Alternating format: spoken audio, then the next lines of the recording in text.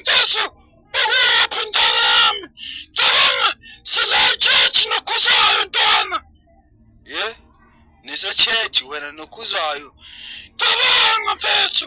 ngithatha okhuzayo wathi siye-church yabo into engimangazayo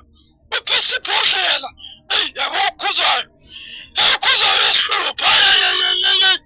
ha ibhodlela asathi ayisitakwa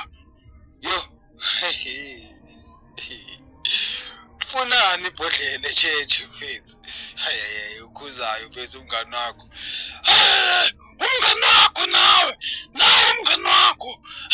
unedimoni ukhuzayo unedimoni ukhuzayo emngani wami uright lapho wena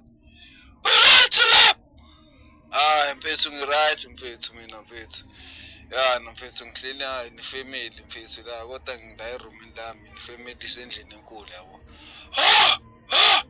ngiyakuza ntanami yazini ngicela ukuphuma la e-church ngivele ngize kuwe yabo ngoba ukhuzayo uzosibangela inkinga la e-church uqalile manje